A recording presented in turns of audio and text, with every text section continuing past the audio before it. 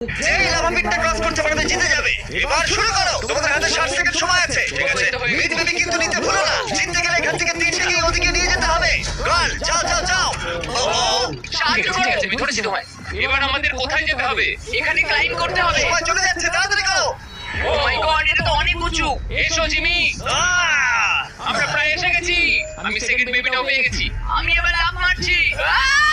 হয়ে গেছে। গার্ল, ধরো। এবার তুমি গ্রিলে চলে যাও, ছোট্ট মিড বেবি। আমি পারবো, আমি পারবো।